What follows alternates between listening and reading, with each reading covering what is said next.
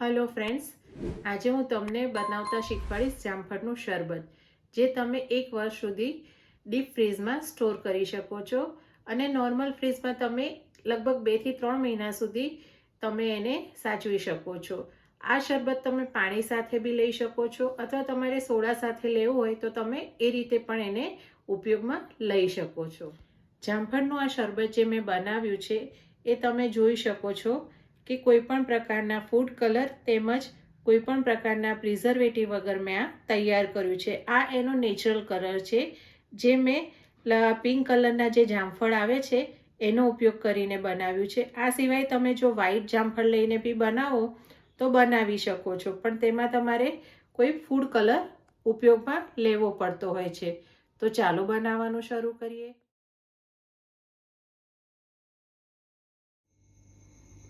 મિત્રો, સૌથી પહેલાં આપણે એક મોટા તપેલાની અંદર 1 કિલો ખાંડ એડ કરીશું અને ખાંડ ડૂબે એનાથી થોડુંક વધારે પાણી લઈશું। અહીંયા મેં 1 ગ્લાસ પાણી ઉમેર્યું છે, છતાં પણ ખાંડમાં થોડુંક હજી આપણે અડધો ગ્લાસ જેટલું એટલે કે 1 કિલો ખાંડની અંદર આપણે 1.5 ગ્લાસ જેટલું પાણી ઉમેર્યું છે અને હવે આપણે ગેસ ચાલુ કરીશું। મેં ગેસ ચાલુ કરી દીધો છે। હવે આપણે એને ફાસ્ટ ગેસ ઉપર જ હલાવતા જઈશું ખાંડને। આની ઘટ ચાસણી નથી કરવાની, નોર્મલ આપણે ગુલાબજાંબુ જેવી ચાસણી કરવાની છે। ગુલાબજાંબુથી 1-2 મિનિટ જેટલી વધારે આપણે એને પકવીશું, પણ એટલી આપણે ચાસણી કરવાની છે। તો આ રીતે આપણે એને હલાવતા જઈશું।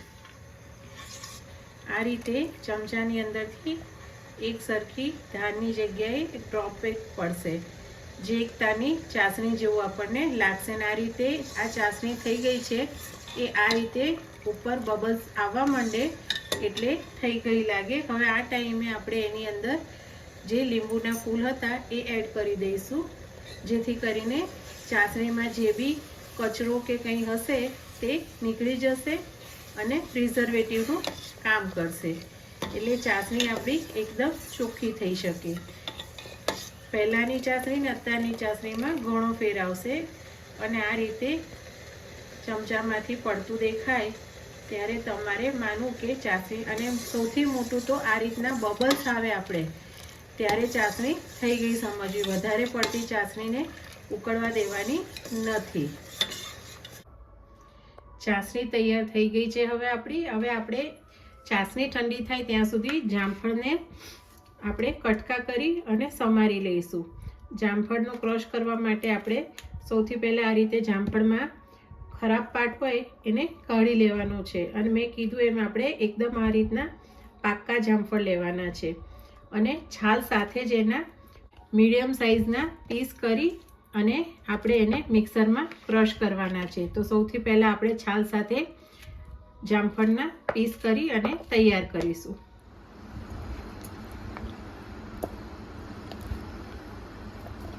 જારની કેપેસિટી હોય એ પ્રમાણે આપણે થોડા થોડા જામફળના અંદર પીસ ઉમેરીશું।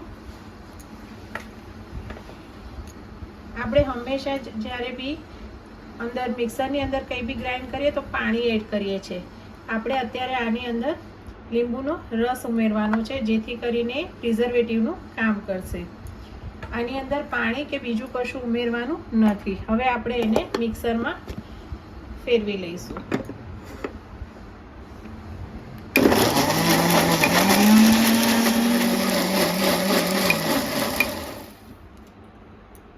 હવે આપણે ખોલીને ચેક કરીશું તો આ રીતે પલ્પ તૈયાર થઈ ગયો છે। હવે એને આપણે ચાણીની મદદથી ગાળી લઈશું। જોઈ શકો છો કે આપણો પલ્પ સરસ થઈ ગયો છે એકદમ। આ રીતની સૂપ ગાળવાની જે ગળણી હોય છે એની અંદર નાખી અને આપણે આ રીતે નીચે બધો પલ્પ નીકળશે ધીરે ધીરે કરી, અને બિયા અને બીજા જે આખા પીસ હશે એ અંદર રહેશે। નીચે એકદમ સરસ સિલ્કી પલ્પ તૈયાર થઈને આવશે। આમાં કોઈ પણ જાતનો કલર પણ આપણે એડ કરતા નથી, નેચરલ છે। જે બહારના જ્યુસ આવે છે એની અંદર બધા જ પ્રિઝર્વેટિવ હોય છે, આપણે ખાલી ઘરના જ પ્રિઝર્વેટિવથી આ જ્યુસ તૈયાર કરીશું।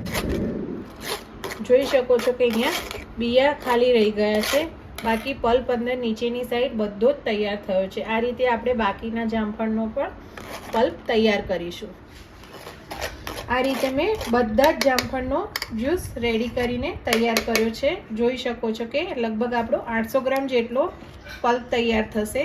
આ રીતે એના બિયા કાઢી નાખીશું તો 150 ગ્રામ જેટલા બિયા નીકળશે. અને બિયાનો પાર્ટ અંદર આવવો જોઈએ નહીં. જો બિયાનો પાર્ટ અંદર આવશે તો આ વધારે સારું નહીં રહે શરબત. જ્યાં સુધી આપણે એને સાચવવું હોય તો એની અંદર બિયાવાળો પોષણ આપણે લેવાનો નથી. એકદમ સ્મૂથ પલ્પ જ અંદર જાય એ ધ્યાન રાખવાનું છે.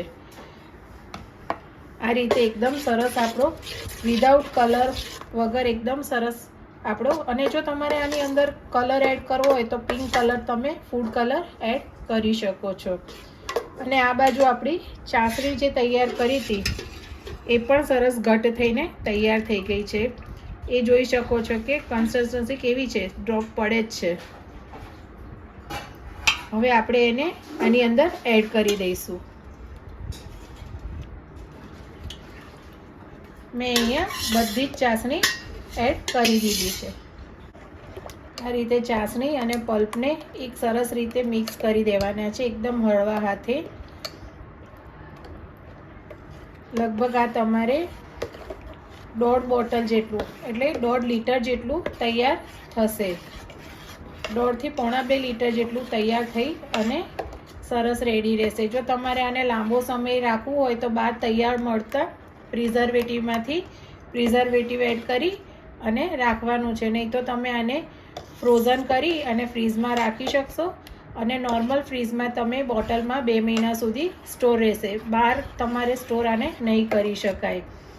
આને સ્ટોર કરવા માટે આપણે ફ્રીઝની જરૂર પડશે. ફ્રીઝની અંદર નોર્મલ 2 મહિના રહેશે. અને જો લાંબો સમય સુધી રાખવું હોય તો એને આપણે ફ્રીઝરની અંદર રાખવું પડશે. તો આ રીતે આપણું જામફળનું શરબત તૈયાર થઈને રેડી થઈ ગયું છે.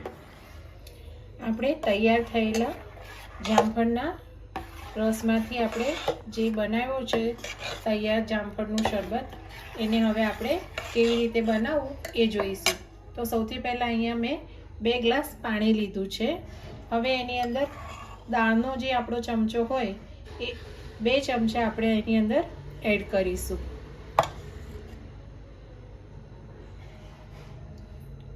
અને સરખી રીતે મિક્સ કરી દઈશું. અને જો તમારે વધારે ઓછું જોઈતું હોય તો તમે એડ વધારે પણ કરી શકો છો. અહીં મેં થોડુંક ઓછું લાગે છે તો મેં અંદર ફરીથી અડધો ચમચો એડ કર્યું છે. 2 ગ્લાસ માટે તમારે લગભગ 2.5 ચમચા જેટલું અંદર જોઈશે શરબત જામફળનું. હવે એની અંદર આપણે સૌથી પહેલાં નાખીશું મરી પાવડર. એની સાથે જીરું પાવડર, શેકેલા જીરાનો પાવડર છે, સંચળ પાવડર છે. આ બધી વસ્તુ તમે તમારા ટેસ્ટ પ્રમાણે અંદર એડ કરી શકો છો. થોડુંક આપણે અહીંયા ચાટ મસાલો પણ એડ કરીશું. આપણે અંદર સંચળ એડ કર્યું છે એટલે ચાટ મસાલો એ પ્રમાણે એડ કરીશું. કારણ કે ચાટ મસાલાથી પછી મીઠાનું પ્રમાણ ઘણીવાર વધી જતું હોય છે. હવે તમે આને ટેસ્ટ કરી અને પછી સર્વિંગ કરી શકો છો. આની અંદર તમે જો તમારે ફુદીનાના પાન એડ કરવા હોય તો તમે એ પણ કરી શકો છો. સર્વિંગ માટે મેં અહીંયા 1 ગ્લાસ રેડી કર્યો છે જેને ઉપરથી મેં સંચળ અને લાલ મરચાંથી એને ચીપકાવી દીધું છે લીંબુનો રસ ઘસીને. હવે આપણે બરફ એડ કરીશું. ફુદીનાના પાન છે એને હું તોડીને અંદર રફલી તોડી અને એડ કરું છું. સાથે આપણે એની અંદર હવે જે તૈયાર કર્યો છે એ જામફળનું શરબત એડ કરીશું.